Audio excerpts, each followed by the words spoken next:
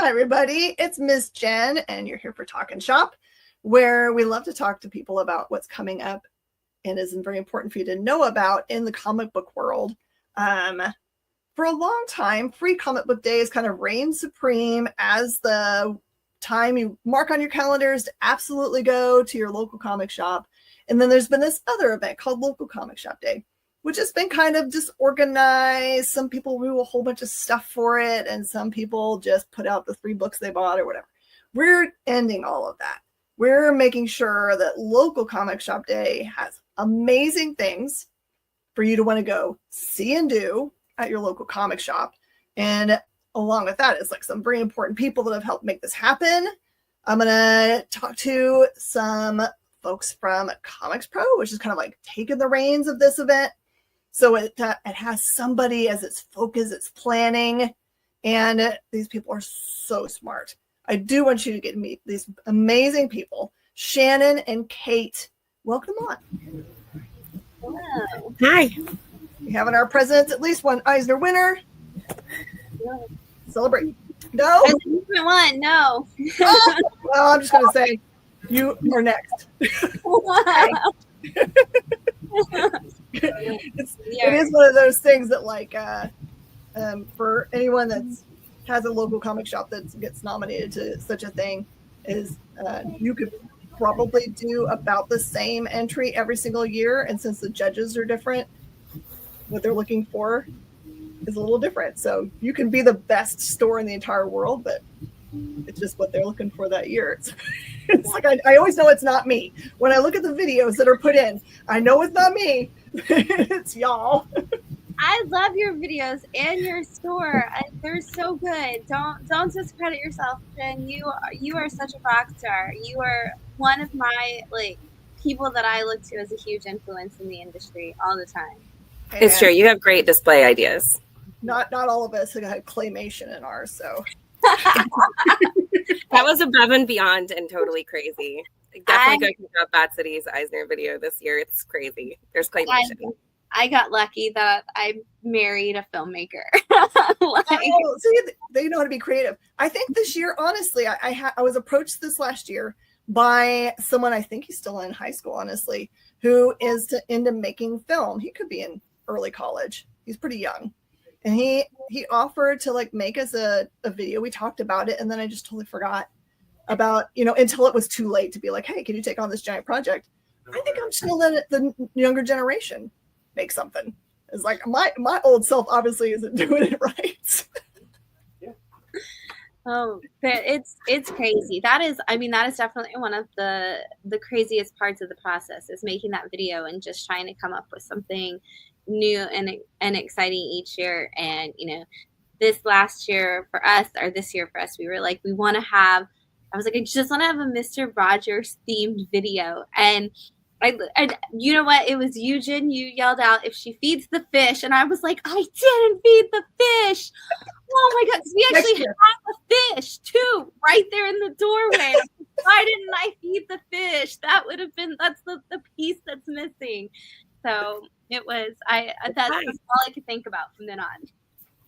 So let's get to know you guys a little bit. You guys are at ComicsPro, but first and foremost, you're comic book store owners. So you like local comic shop day is important to y'all.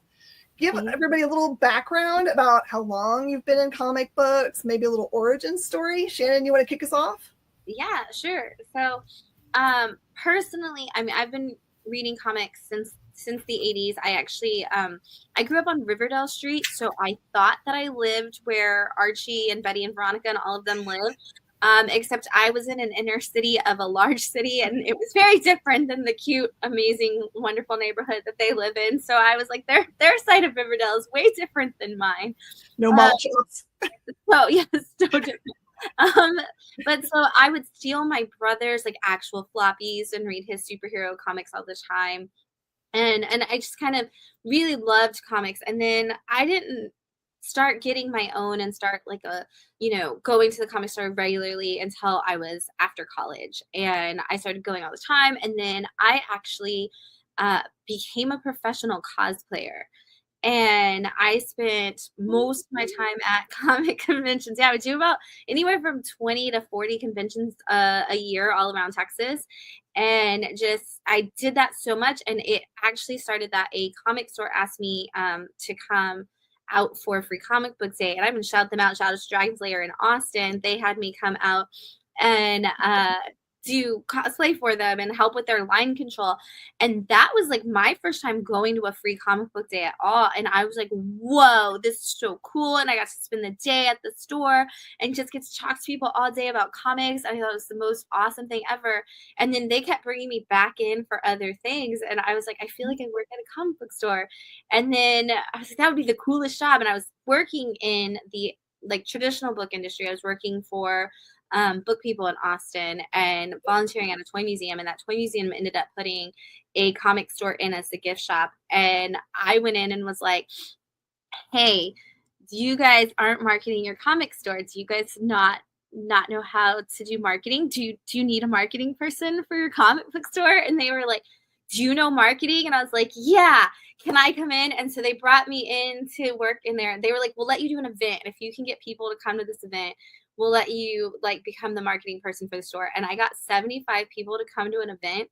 That was like just, I had 2 weeks and I threw an event and 75 people came and I was like, I'm so sorry guys. I know I told you I could get like 100 people, but I got 75 and they were like, we have never had more than 3 people show up for they were like, you're hired. And so I was like, yes. And so I went to work for that store, which is no longer there, but I helped them grow that store and do a bunch of stuff with them. And then I ended up leaving and just continuing to work in the book industry. And actually my husband, Matt, who I run Bad City with now, we actually wrote our own comic in that little lull, and we were putting out a comic for his band. And in the time when we were doing that, our friend Stan, who worked at the other store with me, came to me and said, I inherited the diamond account and the product and the old fixtures from that store, and I don't know what to do with them. Any ideas? And he lived about an hour north of Austin in a smaller town. He was like, I don't know what to do with it. And he's like, I have a full-time job.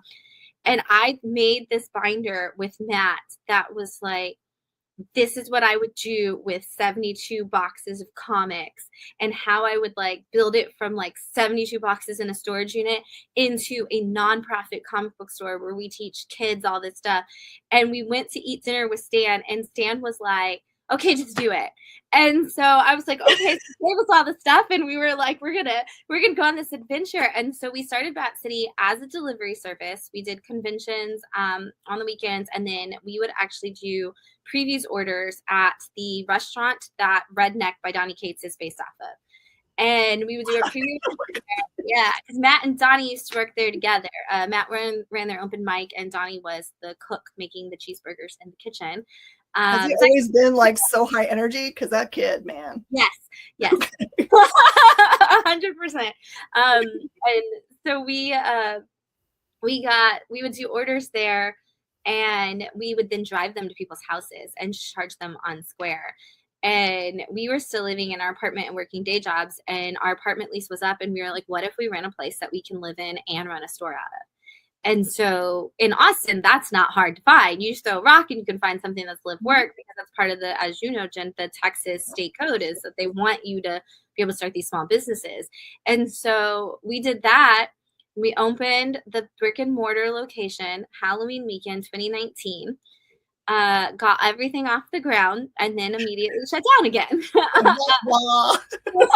Like, oh, we're closed. But thankfully we knew how to, deliver and do contactless delivery and everything. We'd already been all set up for that. So it was really, honestly, an easy transition back for us. And then we did by appointment only once everything started to open back up. And so only like one person or household could come in the store at a time until the fall of 2020. And then we reopened up, and somehow our client base was so huge because everybody's dream is to go spend the day in a comic store by themselves.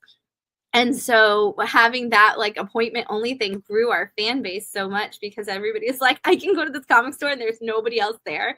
What a great, like, awesome, like, dream come true.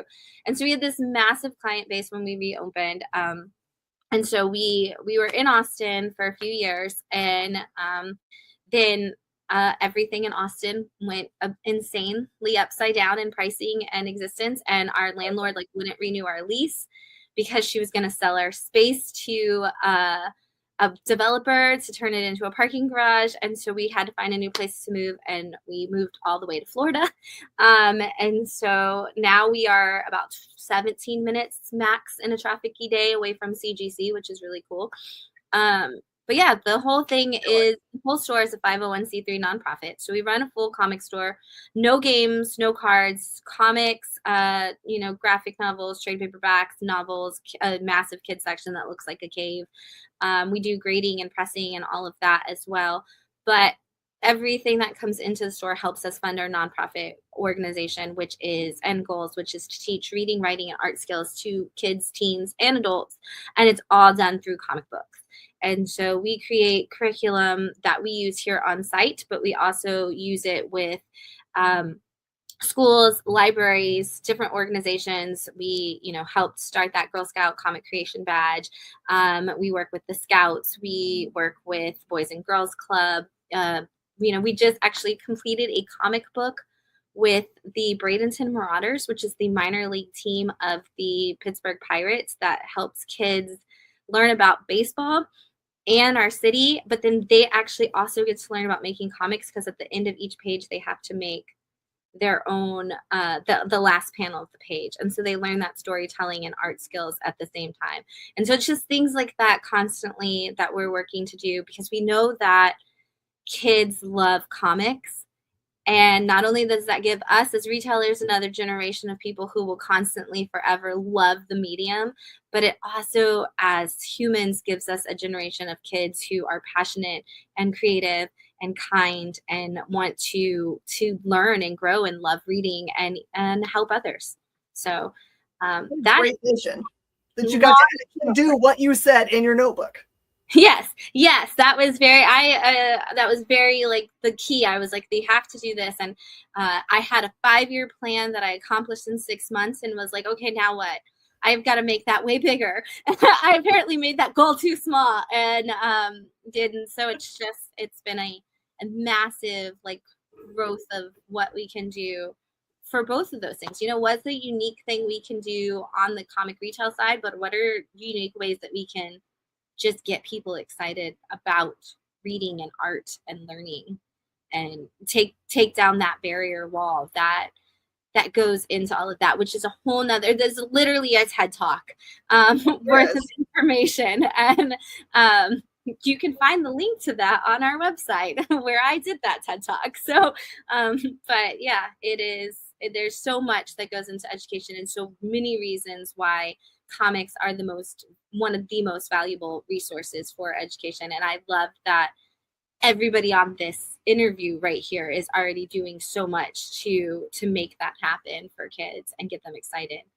Yeah, I literally have like my kids' areas right inside the front door, and I do every once in a while hear grandmas or parents be like, "Oh, comic books aren't reading," in very different words, right? Like, you can't get a comic book, that's not reading. You have to get a chapter book. I'm like, so every once in a while I'll be like, when you do realize that if they're reading anything, you win. And, it's kind of like a gateway thing where it's like, if you let them read comic books or the backs of their toy packaging or the cereal box or really anything, they will eventually move on to the next level. But you got to let them meet them where they are. Even Pokemon card reading is reading. And it's so important because especially as young readers, because you get that developmental memory. And if your developmental memory of reading is loving it and not hating it, it's going to make you a reader forever. But for all those parents and grandparents and even educators who say comics aren't reading, I always point out that there is an educational principle called dual coding theory. And the theory that has been around since the 70s is that our brains are hardwired to learn in both verbal and visual elements at the same time. And that when we use both of those, we are more likely to understand, retain, and communicate information better. And the study went so far as to say that if you could put both verbal and visual elements together in sequential format, that you have an even stronger ability to retain that information. And so my argument is, if you can find me a better usage of sequential storytelling that combines verbal and visual elements than comic books and graphic novels, I'll wait. I'm like that little guy with the table and the poster board. Like, prove me wrong. Show me something else. Here it is. I think you can mic drop on that one. I think you're 100% right about it. Yeah. Kate, I've known you for a long time, and I've always super admired you. Please give everybody your background in comics. I came at it from the side. I made a lateral move into comics. It's a odd story. So I read comics as a kid. High school, I was a big Vertigo DC reader. But I actually have a degree in French and restaurant management. Ooh, so I should be running a cafe in Paris. But I'm not. I'm here because my husband and I were screen printers in Oakland. Oh. And we worked with a lot of comic book artists, especially indie scene and around San Francisco. And we were walking in. It's a great scene. But we were walking through Berkeley, and we had this idea to open, of all things, an art gallery working with comic book artists and making limited edition posters. So the first iteration of our store was actually Telegraph Art and Comics. We couldn't afford to do it in California, so we moved back home to Charlottesville, Virginia, and we opened our store almost 13 years ago. And we sold these limited edition posters with the comics that those creators made. So when we started, we didn't have a Diamond account. We didn't have a single floppy comic at all. Just posters. We didn't have Marvel or DC. We just had Last Gasp and all these crazy indie stuff. And then eventually we realized that people wanted more books where we were, especially kids books. Kids books was one of the first large section that we developed at the store. When I look at old pictures, it's terrifying. It's empty how that old location was. It was just posters and 4 shelves of comics. But the comic side of it grew, and we adapted. And we continued to make posters for a couple of years, but the book side just took off. So about 6 years ago, we bought out the other comic shop in town and really pivoted into being a proper back issue, big 2, new releases, full service comic shop. So now we have 2 locations, and yeah, we love it. It's been a weird journey to get here, but I really love not just the comic side of it, but I really enjoy running a retail business. And I never would have thought that this is something that I'd be okay at. So it's kind of nice. You're amazing at it. Amazing.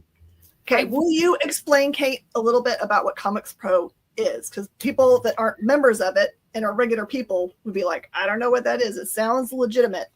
So it's a nonprofit trade organization. I feel like I'm the newest member of the board. So I'm recently indoctrinated. So hopefully I do a good job explaining it. But we're a trade organization that kind of advocates for our industry as a whole. I feel like the board members and I are not quite the comic Illuminati, but we do get to talk with publishers more than I think most retailers do, which is exciting. But I think one of the most repeated phrases that we have in all of our meetings is a rising tide lifts all boats. We kind of think of ourselves not just representing our membership, but trying to advocate for the industry as a whole, thousands of shops, and trying to make good decisions to, support our whole business. Yeah, because it's interesting. A lot of people think that in order to be part of a professional organization like this, that you have to be like a big shop. And it's completely not true. It's just as beneficial to people that just have one person as an employee working all the shifts themselves, and they're the one being. It is just as important for them, if not more, because there's so many resources. Shannon is our director of education, and she has put together so many incredible educational programs for business owners and management, everything from employment stuff to marketing, and oh my gosh, she's an angel. And, she's putting her own like expertise into practice. I've seen lots of fun videos from you, and I think they involve comics and wine. Is that right? It's true. Yes. For the last 8 years, I have had a show. Like I started it actually before that, but I've had a show where I talk about all the Indian small press books that came out that week. And we used to just drink like whatever was in front of us. You know, you take a drink when you're thirsty from doing the show. But in 2020, it changed because I ran out of stuff to drink, and the grocery store accidentally gave me somebody else's order that had a ton of bottles of wine in it. And so Matt and I were like, let's just try the wine on the show. And so we started talking about the wine on the show, as well as the like the comics that we were talking about. And then it just became like the show changed to being Wine Down Your Weekend. And we would talk about the comics and the wine at the same time. And it was so fun to kind of like blend the two together and talk about like what everybody, like what we were experiencing. Because we'll try the bottle for the first time on the show. It's like, we've never tried this wine. We have no idea what's in it, what it tastes like. And then kind of kick off with that. And then we go and talk about the books. But it's really cool because we do get to, like, I read them all before we do the show. And so it's not just coming in with the solicit. I have more knowledge of the books than I do of the wine by far. And so we talk about like what the series is about, what that individual book is about. And then like if you're into this, you're going to like that. And so it's not even necessarily like, oh, I like this book or I don't like this book for this reason. It's like, hey, here's what it is. You should go to your comic book store. You should check it out. And if you need something to drink while you're reading the comics, this wine is really good. And if you like this, and we do the same thing. Like if you like these, and these things, this is kind of another reason why you might like this wine. Do you do like this pairs well with horror? I get asked that a lot, like what comic would you pair with this specific wine or vice versa? And I'm always like, I don't know, I just drink all of the wine with the comics, so I don't really think about it. But there are definitely like types of wines that I say would go, like I would drink something like a Cab Franc with a great romance comic if somebody would make me more great romance comics. I'm just saying. There you go. Okay, do either of you guys know the history of local comic shop day? Because I don't know. I know more about Free Comic Book Day and how that came apart than local comic shop day. So my cat thinks she does. She just jumped in. Like she's going to come on to the show now. So local comic shop day, I know some of it. It was started by ComicsPro. And it started to be more of that day of the exclusives and things like that, kind of like the record shop day where you go in and you get, all of the hot exclusives that are only available like on that day. And it's been around, and I actually had the trademark date, and I 2019. I think so. Earlier something. It was. Let me see. I can pull it up. But we they started it as part of ComicsPro as a way to really just kind of lead that into like something for another day for the industry that just really celebrates shops. We have Free Comic Book Day, and that was always kind of like you said in your beginning, it was a lot of like talking about the cool hot books and things like that. But this put the focus back on the communities that the shops built and the shop itself and all the work that they do as third spaces to be a part of that community. And so it was just kind of, also we have Free Comic Day in the spring. What if we had something in the fall? And it kind of became one of those, like another way to drive people into the stores and celebrating the stores like at the same time. So we have actually had local comic shop day has been trademarked since 2015, July 2015. Okay. Was trademark. So yeah, it's been moved around for date because it used to always be somewhere near Thanksgiving. It was always like the Wednesday of Thanksgiving week, which was like supposed to just help bring people in that time right before Thanksgiving. But it was so hard, especially on a Wednesday. Yeah, I think it's supposed to like kick off holiday shopping kind of idea, but which I do feel like, Kate, we missed an opportunity because this is technically the 10-year anniversary of local comic shop day, and I just did that math right now. So yeah, that's all right. We can the anniversary local comic shop day. We need a cake. We'll pull up some social media stuff. It'll be great. What wine should we pair with this day? A lot of it. Yeah. Is the answer yes? So it's so interesting because it has had some highs and lows as it's gone along. And I think it has a little bit to do with how engaged the publishers are with making some unique and desirable content for that day only, which is how it mirrors Record Store Day, right? So Record Store Day will put out stuff that is, sure, some of it might be repressings of stuff, but there's something completely new or desirable about the record itself. It's like a clear one or a new cover, or they add an extra song or something. And so I think we've finally, many years later, I think you guys have done a great job of talking with them and kind of helping them understand what will make it more successful. And that's kind of more original content that's only available on that day, or as close as we can get to it. So how did you guys convince them of that? It was a daunting task this year. With it's our first non-Diamond local comic shop day, so Diamond Distribution is not handling any of the fulfillment for us, and they did a lot of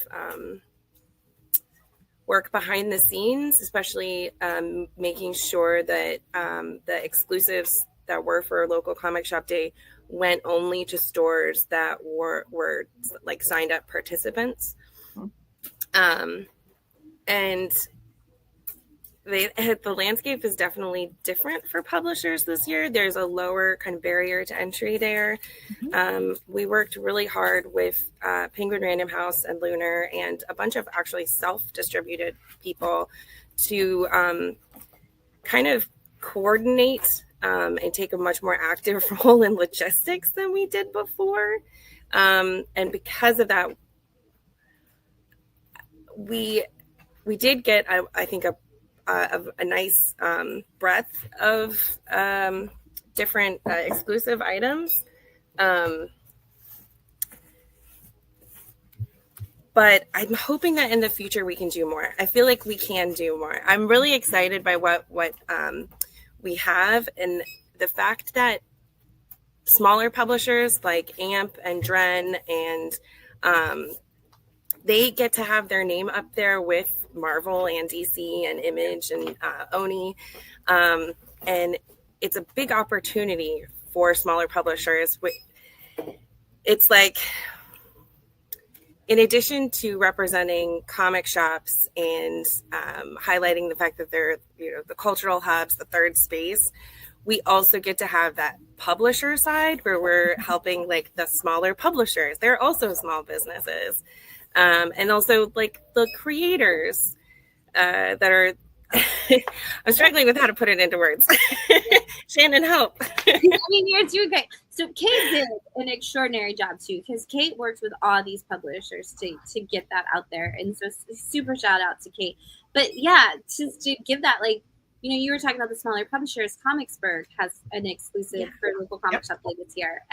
And that is DP Brown and Marvin Wynn behind the scenes doing everything together all the time. They are sending out packages like crazy to retailers to always get their promotional stuff out there.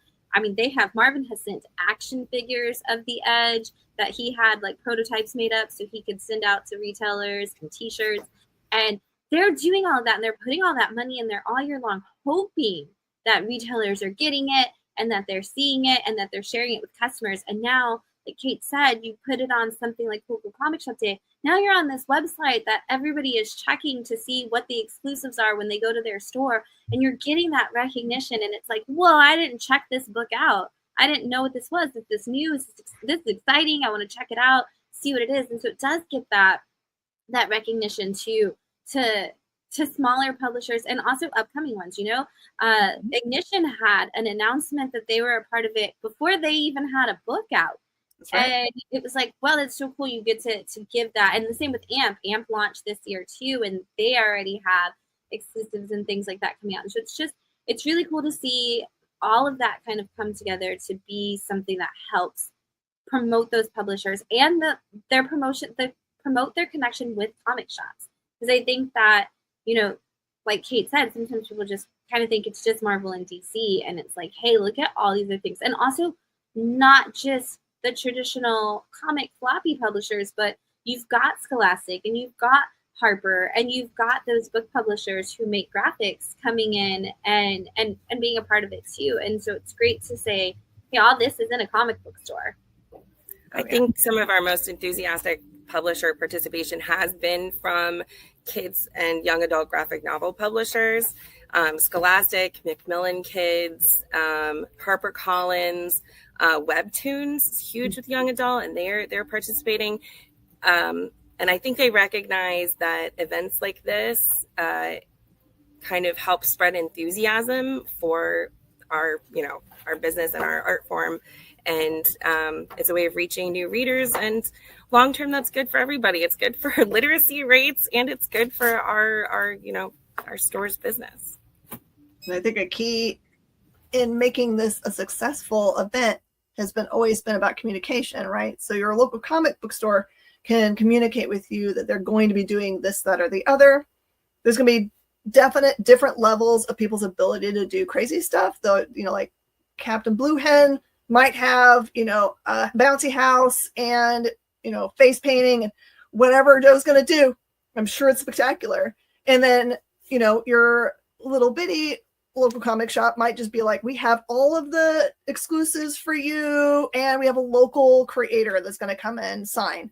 So make sure that you're watching what your local comic shops might have planned, but also if you don't see them putting anything up, it's important for you also to communicate with them. Say, I really would love it if you would participate in this event.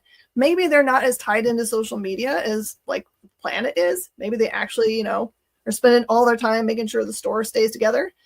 Maybe they don't know that everyone would be interested in such a thing. So communicate with them. And if they ask, how do I know anything about it? There is an actual place for them to go. Where should they get sent?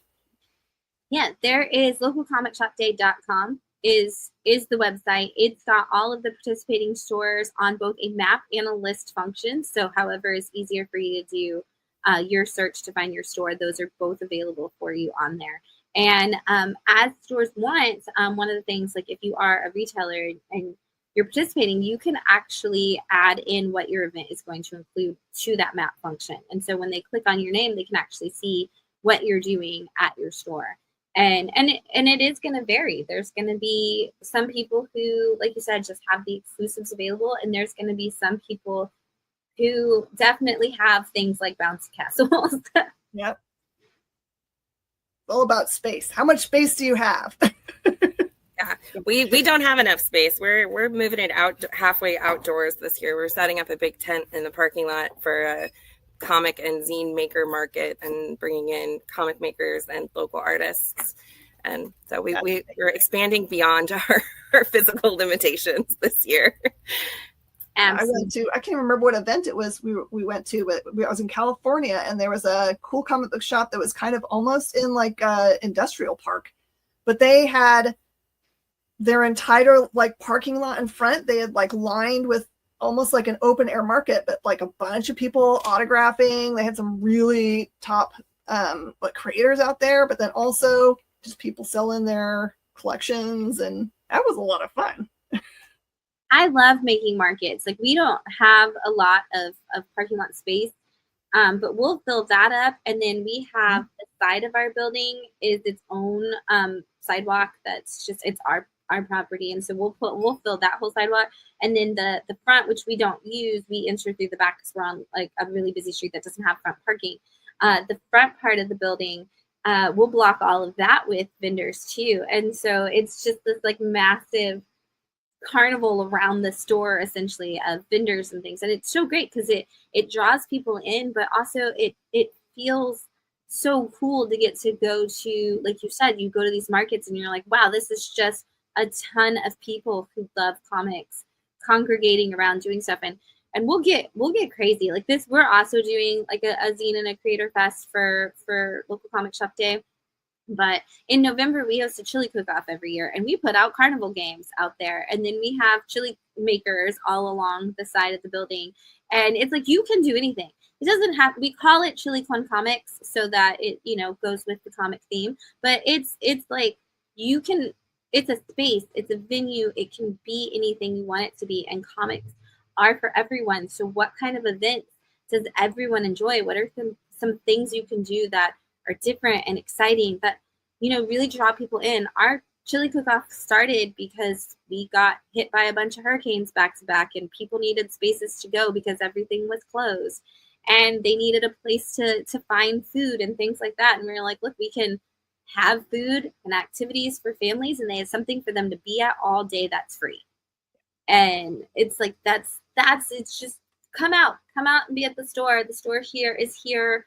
It's for you. It's for you to be in and find a special place that you can feel comfortable in. It's a community center at the end of the day. Yeah. And also, it's not until the 27th. So if you are just a regular fan of comic books and you have a favorite local comic shop and you see that their plate is full, but you have skills like organization, or you're a clown, or you like cosplay or whatever, here's my inspiration to you. Go to your local comic shop owner and say, hey, is there something I can help you with for this? Can I coordinate volunteers? Can I help coordinate an open air market and take that off your plate? Can I show up at 6 a.m. and help you put tents outside? Because I have muscles. Or do you need something transported from your storage facility for that day? Like anything that you can do. I'm telling you that local shop owners are so thankful.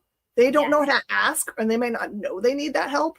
But trust me, this last event that I had people show up in the crack of dawn and come help me put up tents, which is really hard to put pop-up tents by yourself because you have to have someone on the other end to pull on it. So if you're in Central Virginia, come help me. I'll take it. Email us and say hello at hellocomics.net. I want volunteers, please. Right. We're always in for volunteers. So yeah, I think that's so true too, Jen. There's been so many times where people have said like, oh, I really wish that you guys had an event like that. And I'm like, cool, do you want to do it? Like, because we're in. If you're in, we're in. But if you want to come and help us make it happen, like, we are happy to. We've got a calendar. We've got a space. Like, you want to come make it a thing. We are here to do that with you. Oh, absolutely. All right. So you do have an official list, Kate, of what is going to be what the entirety of the list is. Now, whether every local comic shop ordered every single thing, don't be mad at them. Sometimes they miss the cutoff dates for some of these things, so don't be angry. But this is what could happen. Yes. And so some of these items are only available to registered retailers, and others are available to all comic book shops. So even if you don't see a shop on our list, it's possible that they'll have these things. But first off, huge thank you to our gold sponsors. These are the publishers that kind of went above and beyond for us this year, and that was Drawn and Quarterly, Dren Productions, Marvel Comics, of course, Oni Press did an absolutely stand-up job for us this year, and Scholastic and Wattpad Webtoon. Those are all of our gold sponsors this year. So let's see, we have, first up, there is a local comic shop day variant for Spider-Man 94, the first issue. And then there is, in addition to that, our ComicsPro special variant, which is even more limited release. And that is only for registered stores. There's the Ultimate Hawkeye #1. And I am terrible at pronouncing this artist's names, Ejikar. Anyway, I don't know. There's a beautiful local comic shop day variant for Ultimate Hawkeye #1. The Oni Press's EC Catacomb of Torment #1. J. Stevens did a silver foil homage cover that is exclusively for participating retailers that you'll find on that map at localcomicshopday.com. Dren did an exclusive cover for AXA #1. For Flesh-Eating Cheerleaders from Outer Space. It's a super cute kind of cover. It's awesome. It's a blood-soaked cheerleader standing in a bathtub. It's super cool. Let's see. DC is doing a special ash can for KO. So people are pretty excited about that one. And like Shannon said, Ignition Press had something ready for us before they even put their first book out. So what they're doing is they've done a collection of the beauty that's available on local comic shop day before the main version, the main edition comes out. So this is going to be the best way to read the beauty before that new TV show starts in the fall. So we're anticipating some pretty serious demands for the Beauty Book 1 Local Comic Shop Day edition.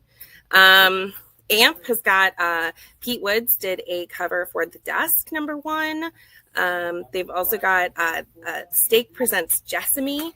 It's called the Kiss Kiss Early Edition variant. Comicsburg, Shannon was talking about earlier, they did the Edge #1. It's this gatefold, like full wraparound cover. It's really, really cool. IDW is like, there's so many books this year. I'm gonna run out of breath before I finish. The IDW has done a gorgeous Malachi Ward cover for Star Trek: The Last Starship, which is we have a lot of people signed up for, actually. Let's see, Mad Cave / Paper Cuts has Hero Bear and the Kid. There's a local comic shop day special. I think they've also done a digital version that they sent out to all the retailers so they could get an advance copy of it. It's very cool. It's a great all ages title, which I think is actually also on trade like this week.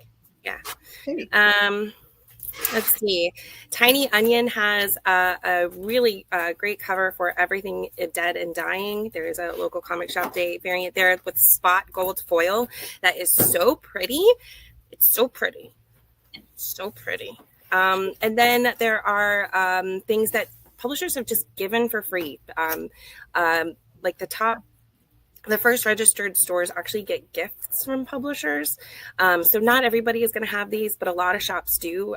We're encouraging folks to use them for like fundraising raffles or prizes for trivia contests. It's a great way to like feature the item and also have something that, makes your store money or like benefits a charity.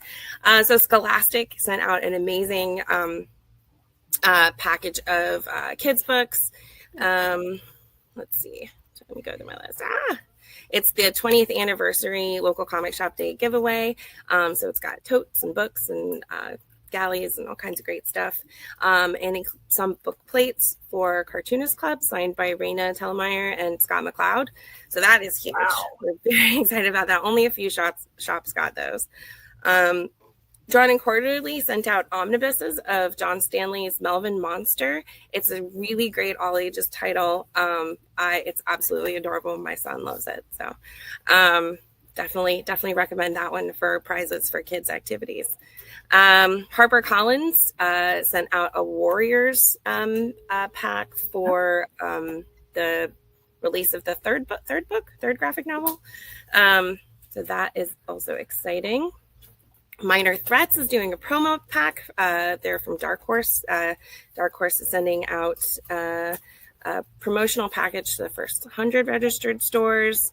And Macmillan's Children is also sending a prize pack to the first 100 stores. Webtoons sent us posters. And it was just like a deluge of things this year. I can't wait to see what next year is like. If this is like our first attempt at getting a lot of people to participate, it's going to be unhinged in 2026. So we also have something else, like you're watching us here on the experience. And even if you like live a million miles from a local comic shop, you can still participate in the day because we're going to do live broadcasts. So this will include broadcasts from some of the local comic shop local comic shops that are participating. With the people that might be there that are doing signings, some live shows, selling, some interviews, just a lot of fun on that day. We want to make sure that everyone feels like they've participated, even if you can't leave the house. We want you to still have that local comic shop feeling and to really enjoy it because you still have your third place, even if you can't get out of the house on that day, or maybe you're stuck at work and you can watch it on your break. So anything that I've missed, is anything you guys are super psyched about? It's like, I don't know that you missed it, but I'm really excited this year to see how many stores are participating. Like you said, it's kind of always been a little up and down and like, where is it going to fall? And this year when Kate and I said, we're redoing it and we want it to be a celebration of the community experience at comic shops. It was comic shops all over the world were immediately like, we are so in, we are so excited for this. And hundreds of shops signed up so quickly.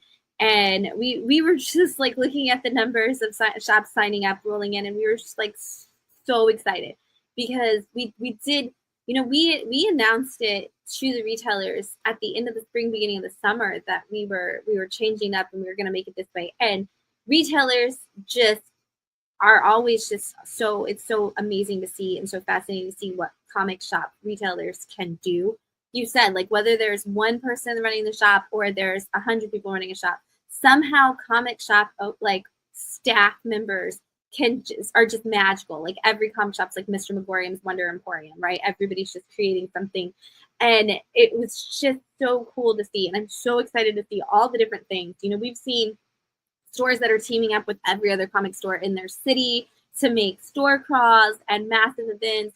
We've seen stores that are like, I have never done an event and this is the first one we're going to do and we want it to be big and exciting.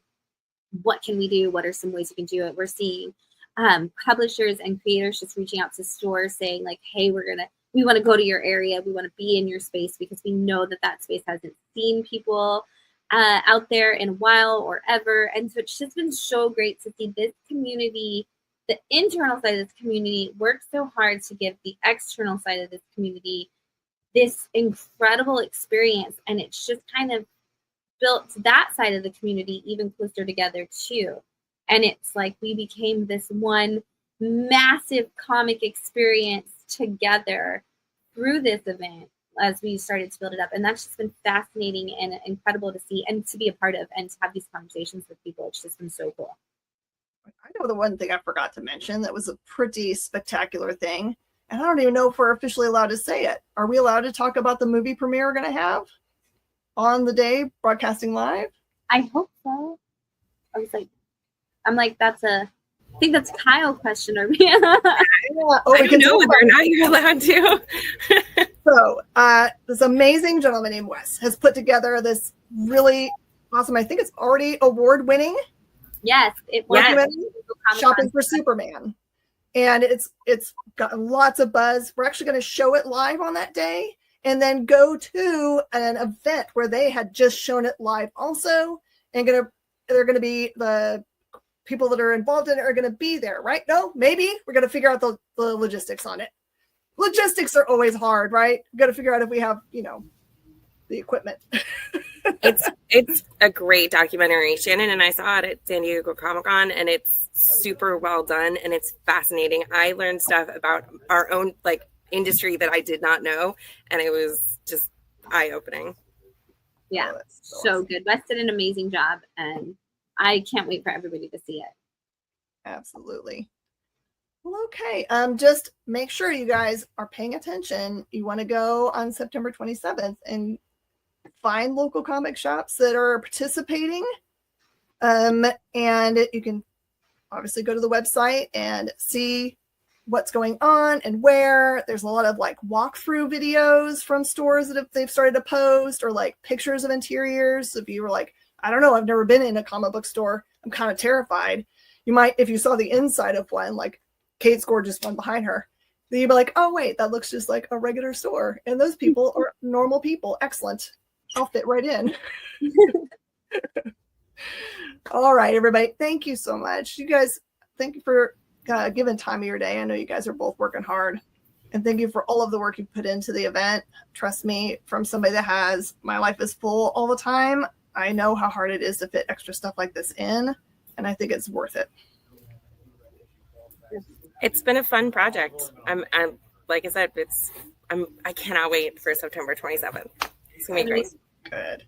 If you do go out, and whenever you're watching this, if you are at a local comic shop, or if you do go out, tag them on social media, tag the store. It makes such a huge difference for you to share your experience at that store with your followers and your friends and your family. Tag them, tag Local Comic Shop Day, hashtag Local Comic Shop Day 2025, or LCSD 2025. Either one works. But we want to see everybody's experiences. We want to shout those stores out. That's the whole point of the day. So tag us, tag them. Share. Also, we made Local Comic Shop Day Instagram stickers that you can use on Instagram when you're at your shop.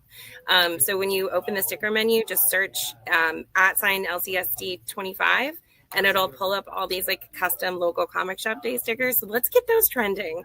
Let's get Local Comic Shop Day trending. Y'all, that is some next level stuff. That's awesome. That's my job. All right, everybody. Thank you so much for being here with us, and we'll see you at your local comic shop day soon. Bye.